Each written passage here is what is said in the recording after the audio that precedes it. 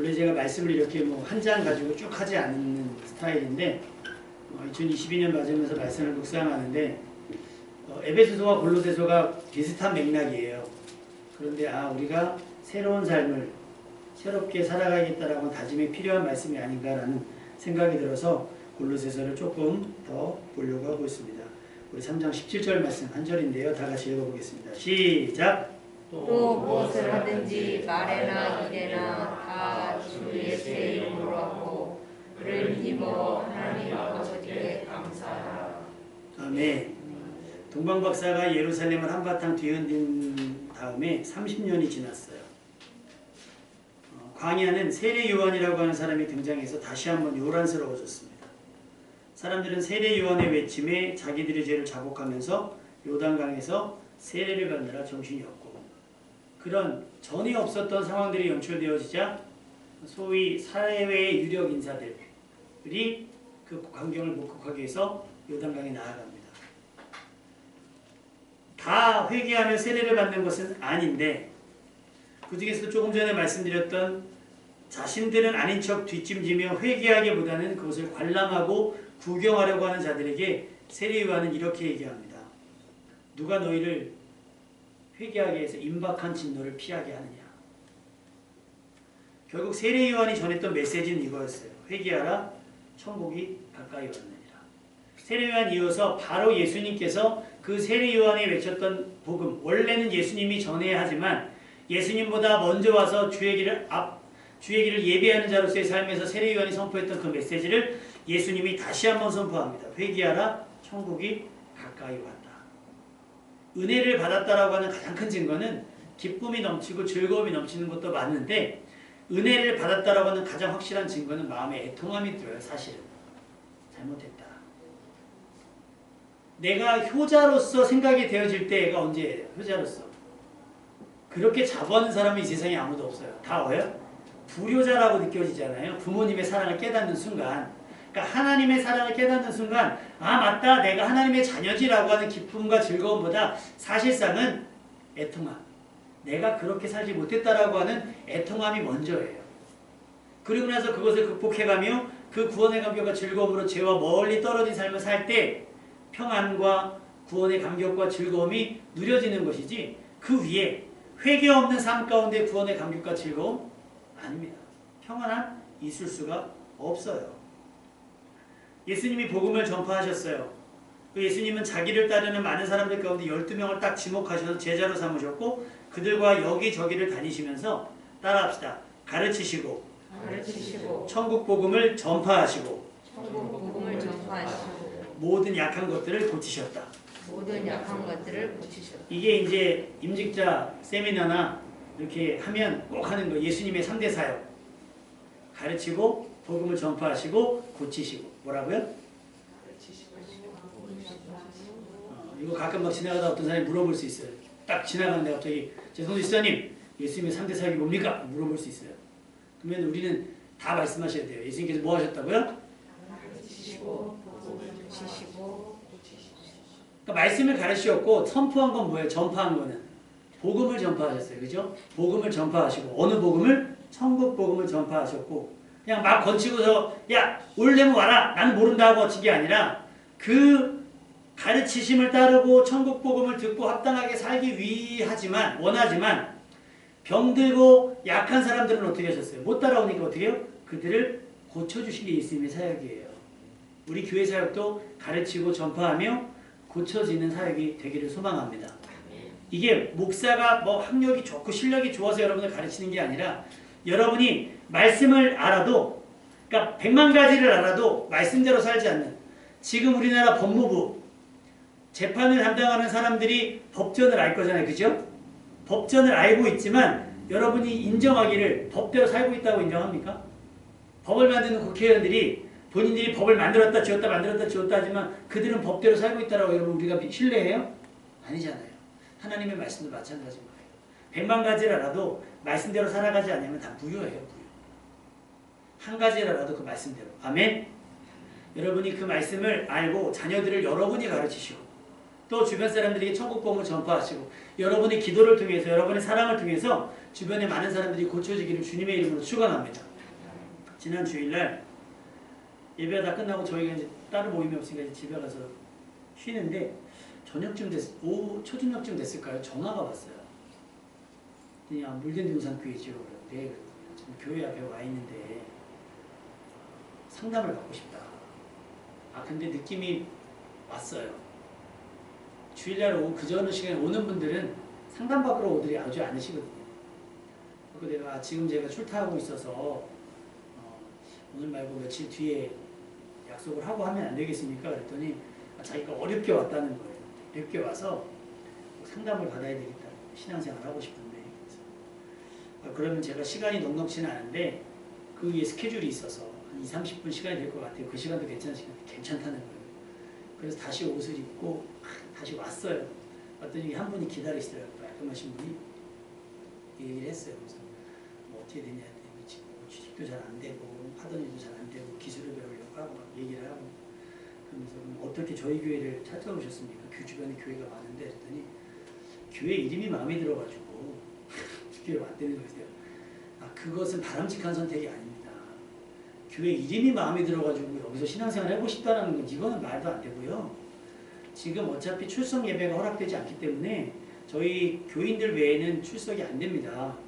그래서 만약에 예배를 드리고 싶으시면 사실은 큰 교회를 가셔야 그나마 공간이 넓으니까 끼어서 예배 드릴 수가 있고 또 그렇다고 무조건 큰 교회를 가라는 게 아니라 지금 인터넷이 잘 되어 있으니까 설교를 들어보시고 교회 상황을 살피신 다음에 신앙생활 하시는 게 좋을 것 같다고 하면서 제가 교회에 있는 책을 한 거 다 선물을 드렸어요. 이걸 신앙생활 하고 싶고 하신다니까 지금 당장 어디를 가도 출석 예배는 어려울 테니 책을 읽으시고 도움을 좀 받으셨으면 좋겠습니다 라고 말씀을 드렸어요. 잘했죠. 그랬더니 이분이 하시는 말씀이 그럼 목사님 제가 끝으로 한 가지만 부탁드리고 싶다는 거예요. 5만 원만. 그러니까 결국 그분은요 5만 원을 받고 싶어가지고 온 거예요.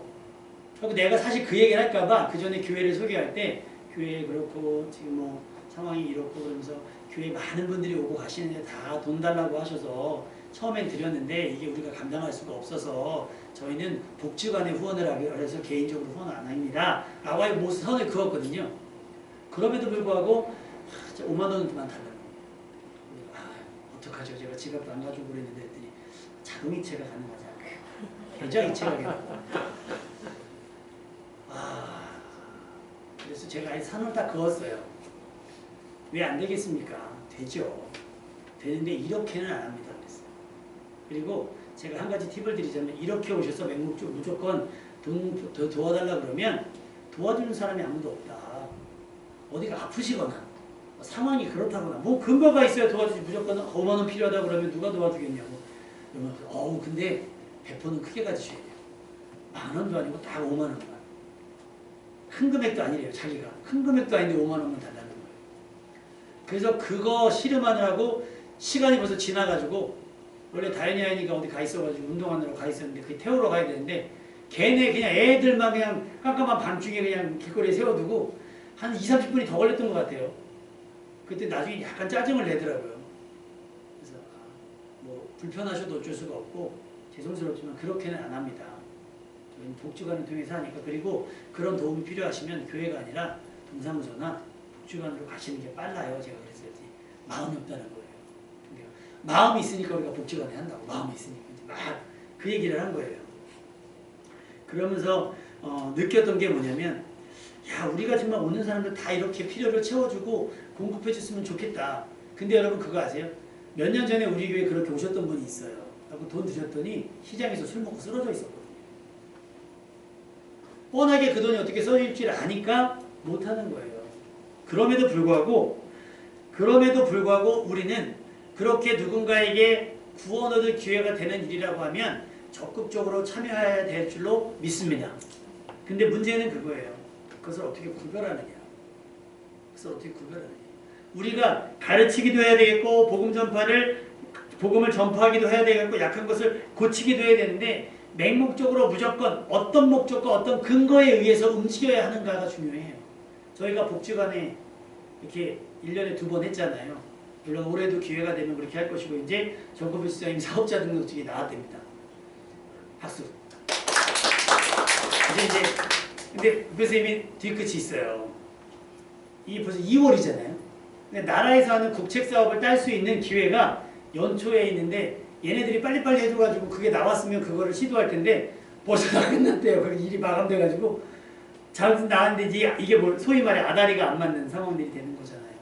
근데 어쨌든 전국필쌤이 하시는 일도 장애인들 재활을 돕는 그런 복지적 차원에서 하는 일들이니까 우리 교회가 형편이 되면 도와서 그 통로로 삼아서 누군가에게 복음을 들을 수 있는 기회가 되고 그들을 재활시키고 그들을 하나님의 백성 되게 할 수 있는 기회를 준다면 우리가 돈도 쓰고 시간도 쓰고 힘을 써야 될 거예요. 그리고 제가 어제 지난 주일날 그분을 이렇게 만나면서 느낀 것들이 세상 사람들에게 교회는 이런 곳이구나. 어느 교회는 넉넉해서 준다는 거예요. 근데 죄송한데 그 교회로 가세요라고 했어요. 저희는 그렇게는 막 빠진 독에 물을 못 부으니까. 근데 여러분 우리 교회가 그런 건 못해도 그렇게 돈 필요하신 분이 와서 돈은 못 드려도 금과는 내게 없어도 우리에게 있는 건 뭐예요? 예수의 이름으로 병든 자는 고칠 수 있는 교회가 되기를 소망합니다. 아멘. 장로에게 병든 자들은 장로에게 기도를 부탁하잖아요. 그러면 우리가 기도할 때 그들이 낫는 역사가 있을 거예요. 여러분이 기도를 수집하는 사람이 되셔서 누군가를 위해 기도할 때 그들이 당신 기도 덕분에 나았다라고 하는 치료의 소식이 들려오기를 주님의 이름으로 축원합니다. 예수님이 그 사역을 하셨고 그 사역을 우리 교회를 통해 부탁하셨으니까 우리가 그것을 충분히 감당해낼 수 있으리라 믿습니다. 그리고 그런 그들에게 교회가 필요한 이유는 이 세상 사람들 가운데 문제없는 사람이 없기 때문이에요. 사람들은 모두 크고 작은 문제에 시달리잖아요. 스스로의 힘으로 털어낼 수 있는 문제들도 있지만 자신의 힘과 능력으로는 도저히 해결할 수 없는 문제들도 있어요. 그러니까 이렇게 예수님께서 병든 자를 고쳤다라는 소문이 들리니 예수님께 몰려들 수밖에 없어요. 각종 병에 걸려 고통당하는 사람, 귀신 들린 사람, 당시의 의학으로는 난치와 불치였던 질병을 예수님께서 고쳐주셨어요. 당연히 예수님의 소문이 점점 더 멀리 확대되었을 거 아닙니까? 그러다 예수님께서 제자들과 함께 고향으로 가셨어요. 당연히 소문은 예수님보다 먼저 예수님의 고향에 다 있었겠지요. 사람들이 모였고요. 안식일에 예수님께서 회당에서 가르치셨어요. 사람들이 깜짝 놀랐습니다. 마가복음 6장 1절에서 3절에 보면 예수께서 고향으로 가서 제자들도 따랐는데 안식일이 되어 회당에서 가르치니 많은 사람이 듣고 놀라 이르되 이 사람이 어디서 이런 것을 얻었느냐? 이 사람이 받은 지혜와 그 손으로 이루어주는 능력, 이런 권능이 어찌 됨이냐? 라고 놀랬는데 갑자기 이 사람들이 차분한 거예요. 막 심정적으로 놀란 거예요. 어머 깜짝 놀랐는데 머리로 갑자기 무슨 생각이 들냐면 이 사람이 마리아의 아들 목수 아니야? 얘는 목수 집안 아들 아니었어? 라는 생각을 딱 하니까 이 일들이 별일 아니게 돼버린 거예요. 그냥 쇼가 돼버리고 만 거예요. 그들에게는. 아까 요단강에 나갔던 사람들, 회개할 마음이 없는 그 사람들에 대해서 세례요한이 뭐라 그랬죠? 독사의 자식들아. 누가 임박한 진노를 피하라고 했냐. 그렇게 얘기한 것처럼 이 사람들도 마찬가지로 조금 전까지 마음이 뜨거웠는데 갑자기 야 목수의 아들이었는데 이거 뭐 약하는 거 아니야? 막 이런 식으로 해석을 했던 것 같아요. 그렇게 예수님을 배척합니다. 그러자 놀라운 일이 벌어졌는데요. 그 이후에 어떤 능력도 나타나지가 않는 거예요. 그들은 예수님의 가르침에 행하신 놀라운 일들이 어디에 목수의 자식이 무슨 대단한 일을 할 수 있어 라는 편견과 선입견 때문에 느껴지지가 않았어요. 결과적으로 고향 사람들은 예수님을 배척했고 예수님은 그곳에서 환영받지 못했고 그 사람들의 기억, 경험, 지식으로 예수님을 판단했기 때문일 텐데 복음을 걸러들었어요. 결국 더 이상 아무 권능도 행하실 수 없어서 겨우 몇 사람만 안수하여 고쳐주셨고요. 예수님도 이상하게 생각하신 게 쟤들이 왜 믿지 않지? 그들의 믿지 않음을 이상하게 여겼다라고 하는 거예요.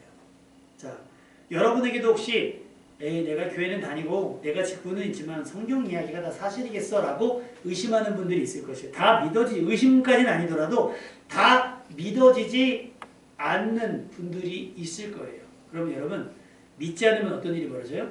아무 일이 일어나지 않아요. 다시 말하면 기도하지 않으면 기적이 일어나지 않고요. 순종하지 않으면 복이 임하지 않아요. 그거는 성경의 기가 막힌 원리예요. 따라합시다. 하나님은 하나님은 믿는 대로, 믿는 대로 믿음대로 믿는 대로 역사하신다. 역사하신다. 딱 그만큼이에요. 내가 10,000원을 내면 1,000원짜리 10장을 딱 거슬러 주잖아요. 딱 그만큼이에요. 내가 10,000원만큼 믿으면 10,000원만큼의 복이, 내가 100,000원 믿으면 100,000원만큼의 복이라고 생각하시면 돼요. 100만큼 믿으면 100만큼의 은혜가 임하게 될 거예요. 믿지 않으면 아무 일들이 일어나지 않고 일어난다 한들 믿어지지 않는 거예요.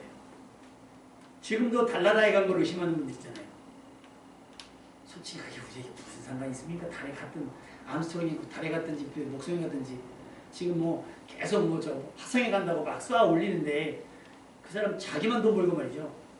뭐 하여튼 그래요. 그 사람들은 믿는 대로만 생각을 하기 때문에 그래요. 그러니까 믿지 않으면 안 되는 거예요. 이 공식은요. 성경의 이야기를 믿지 못하는 이유는 성경의 이야기가 황당해서이기보다 그 성경을 믿는 사람들의 삶이 황당하기 때문일 거예요. 그렇지 않습니까? 간디가 그랬다는 것 같아요. 성경을 읽으면 하나님은 살아계시고 예수님은 정말 우리의 구원자가 되시는데 그리스도인의 삶을 보면 전혀 그렇지가 않으니까 증명이 안 되는 거죠. 아까 우리가 그 공동기도문 할 때 오늘 예배를 통해서 우리 믿음이 확증되게 해달라고 했던 게 바로 그거예요. 예수 그리스도의 주되심이 예수 그리스도를 주로 고백하고 시인하면서 구원받은 우리의 삶이 성경에 닮은 성경에서 가르치는 대로의 삶인가를 생각해 보면 왜 내 가까운 사람들이 오히려 더 교회에 대해서 불편하게 하고 불편하게 생각하고 교회에 오는 것을 부정적으로 생각하고 하면 성경에 문제가 있는 것이 아니라 성경을 믿는 우리에게 문제가 있는 게 맞아요. 그러니까 우리가 고쳐져야 되겠죠. 한번 따라해 봅시다. 하나님 믿음 없는 우리를 불쌍히 여겨 주옵소서. 나를 고쳐 주옵소서.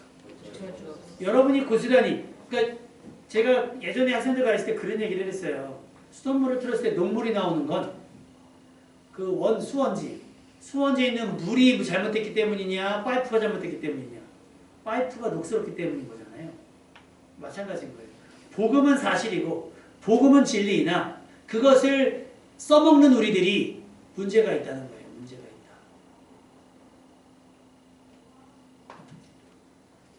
사람들은 우리를 아는 만큼 이해하고 우리를 아는 지식과 경험으로 우리를 판단합니다.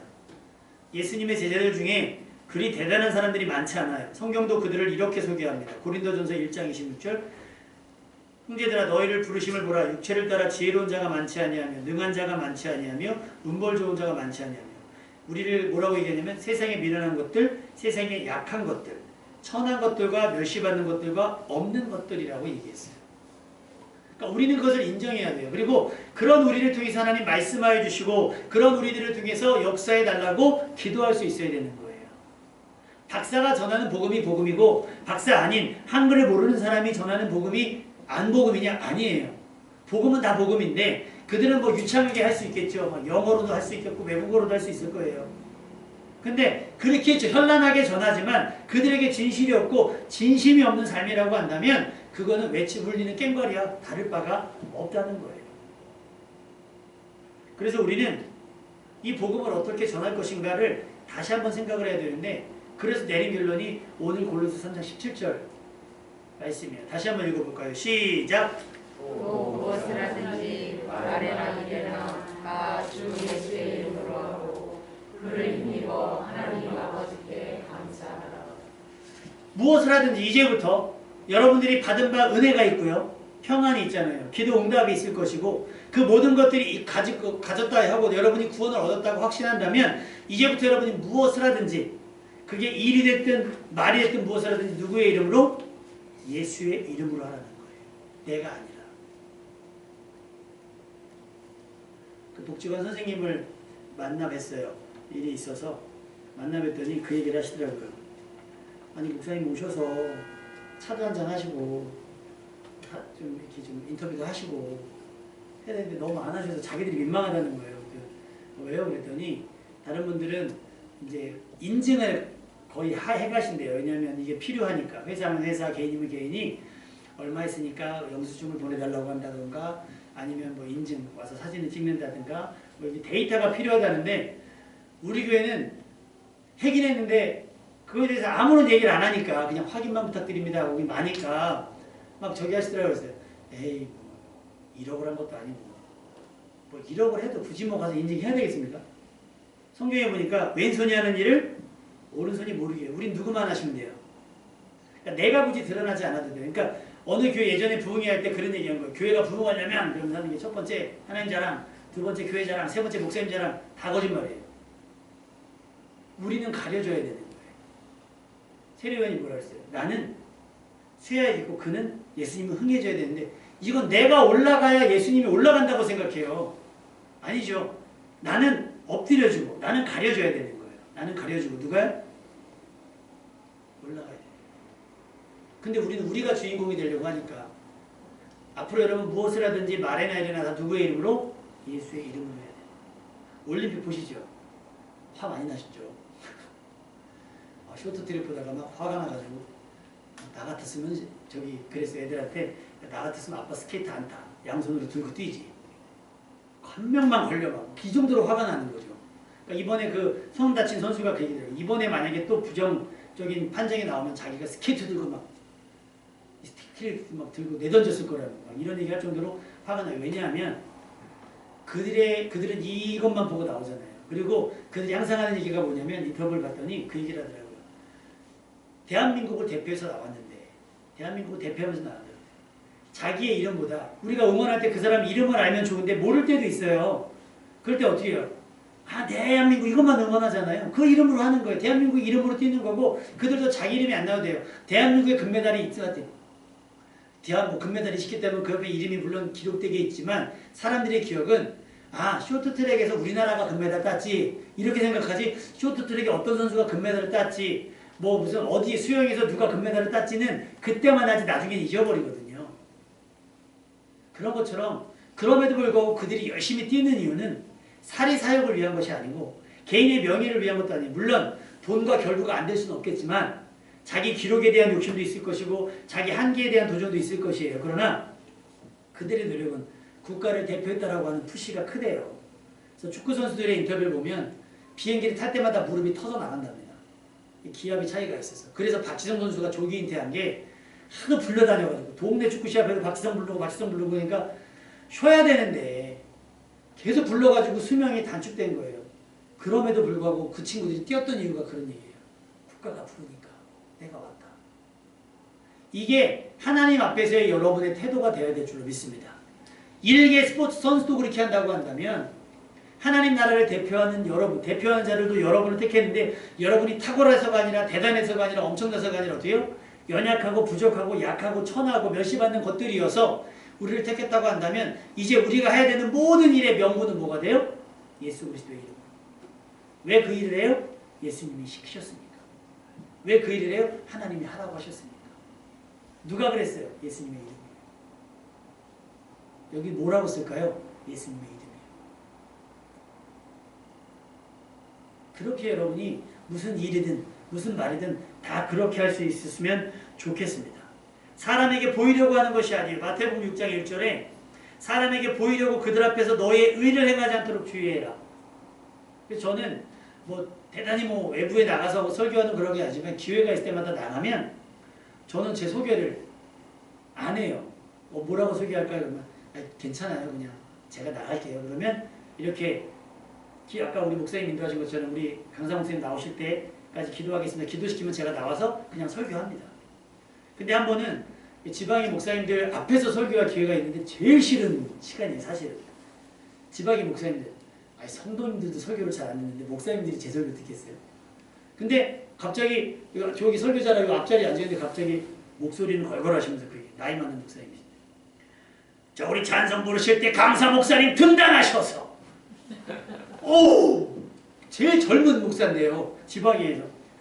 그거 나 안 나간다고. 나 안 나간다 그랬더니 계속 나올 때까지 강사 목사님 강단에 올라와 주시면 감사하겠습니다.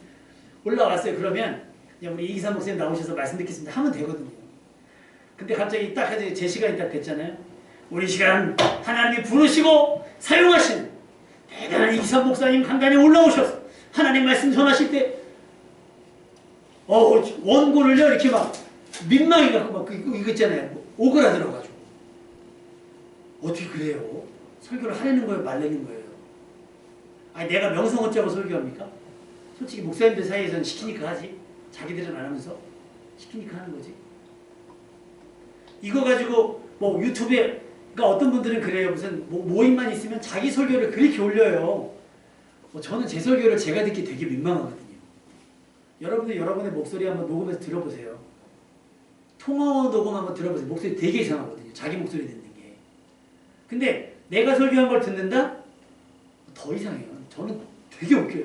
너무 민망해가지고 끝까지 설교를 듣지를 못해요.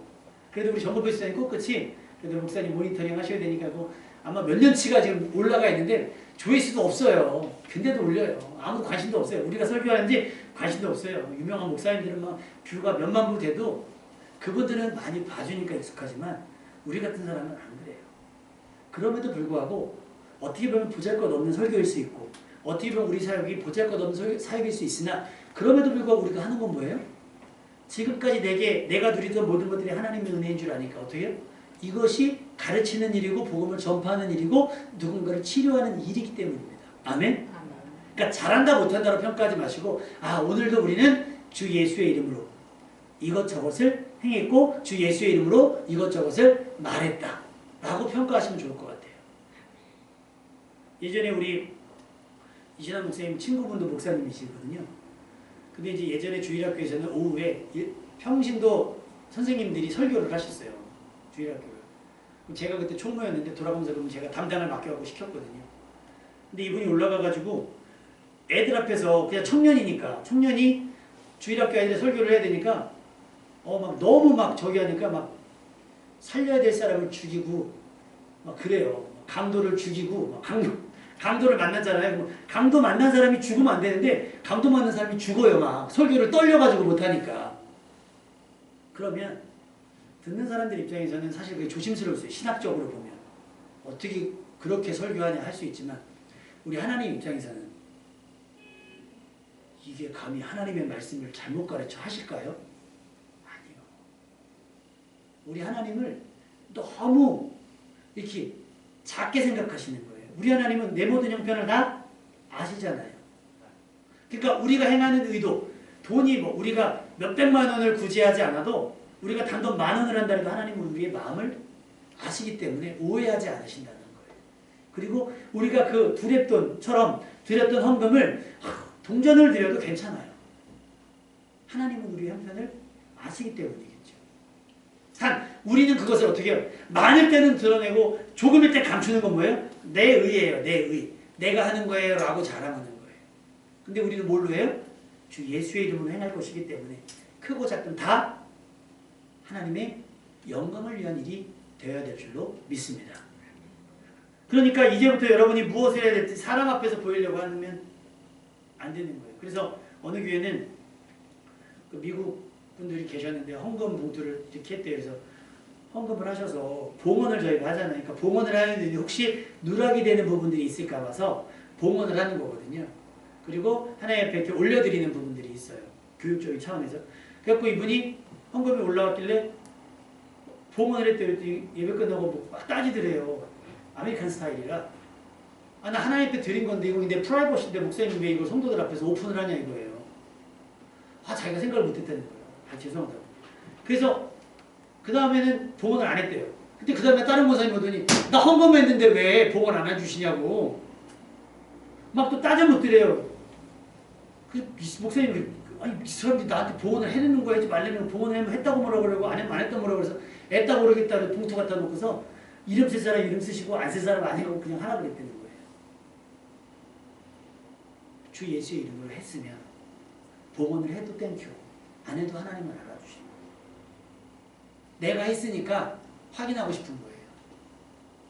혹시라도 제가 누락을 시킨 부분이 있으면 여러분이 믿음으로 했으면 이미 그때 구별되어진 거고요. 어느 목사님은 그렇게 얘기했어요.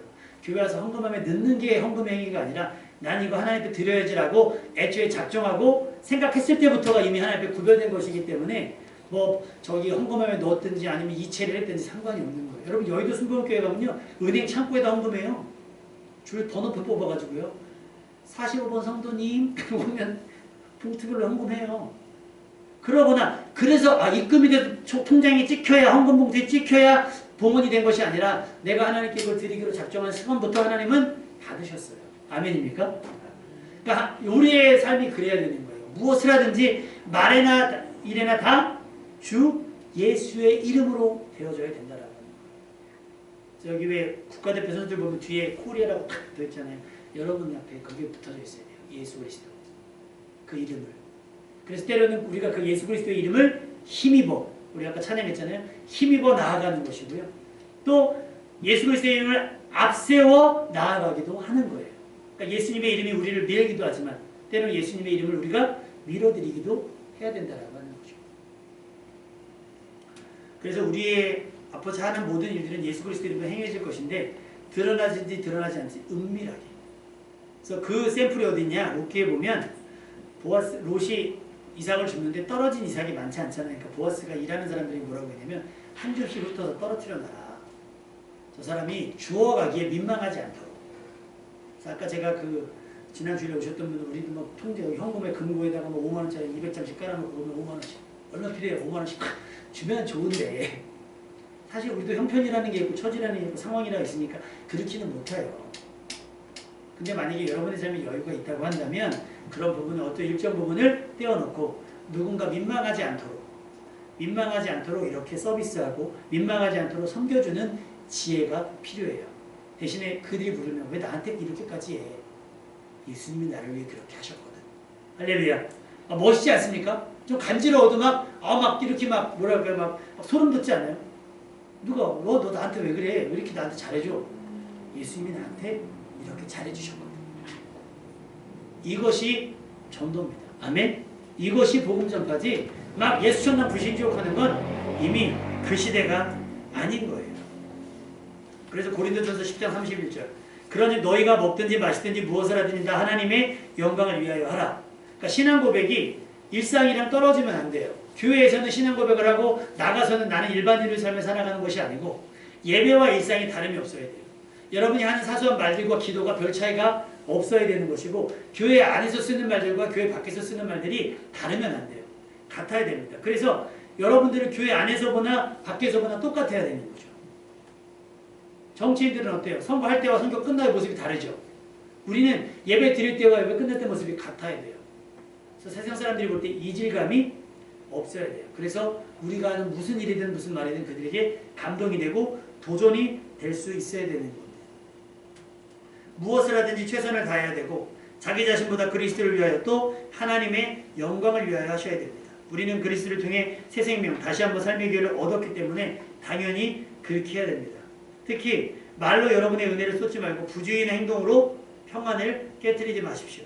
하나님께서는 우리의 태도와 쉼없이 쏟아내는 말에 반응하십니다. 이사야서 57장 18절에 보니까 하나님께서 내가 보았기에 그를 고쳐주고 그를 이끌어 위로해 주겠다라고 약속하시는데 과연 무엇을 보았길래? 그들이 어떤 식으로 살아가는지 내가 보았기에 라고 말씀하세요. 그러니까 하나님은 립서비스에 속지 않으신다는 거예요. 그렇듯한 포장에 속지 않으시고요.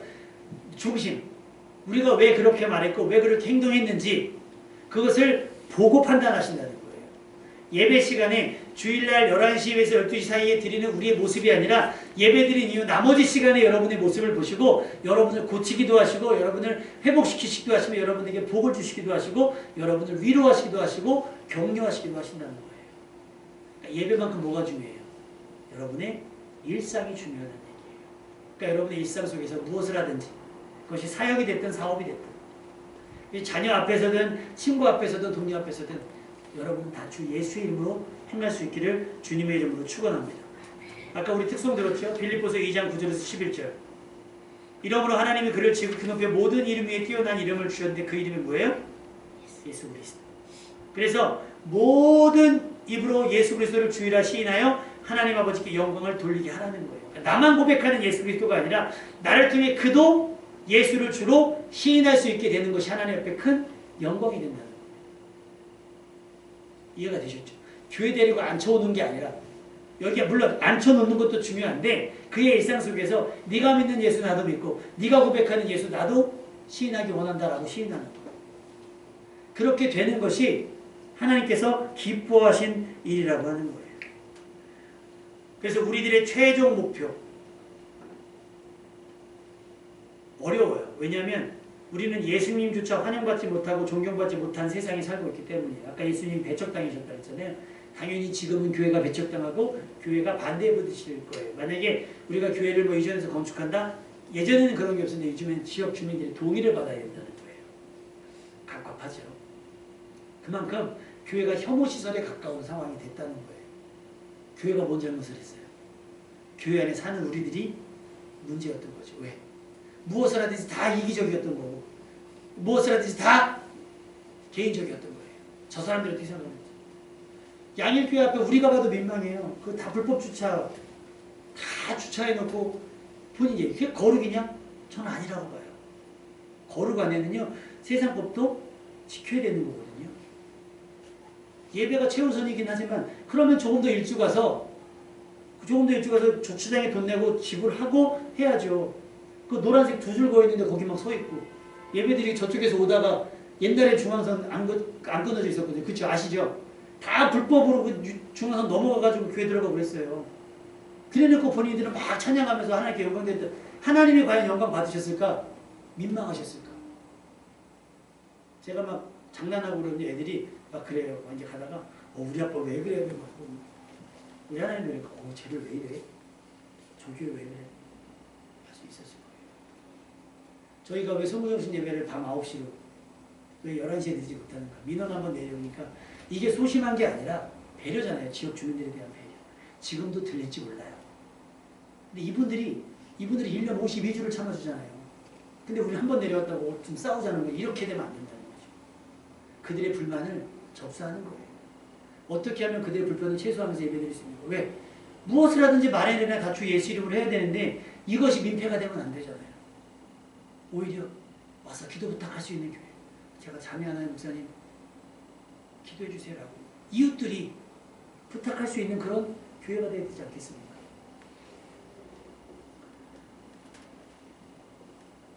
그래서 우리는 그들에게 인정받고자 하는 것이 아닌 우리의 몸부림이 하나님께 영광이 되고 그들에게도 약간의 유익이 되는 삶이어야 돼요. 고린도전서 10장 33절 우리 이것만 한번 찾아봐 주시겠어요? 고린도전서 10장 33절 주보에도 나와 있는데 여러분이 다 이렇게 됐으면 좋겠어요. 고린도전서 10장 33절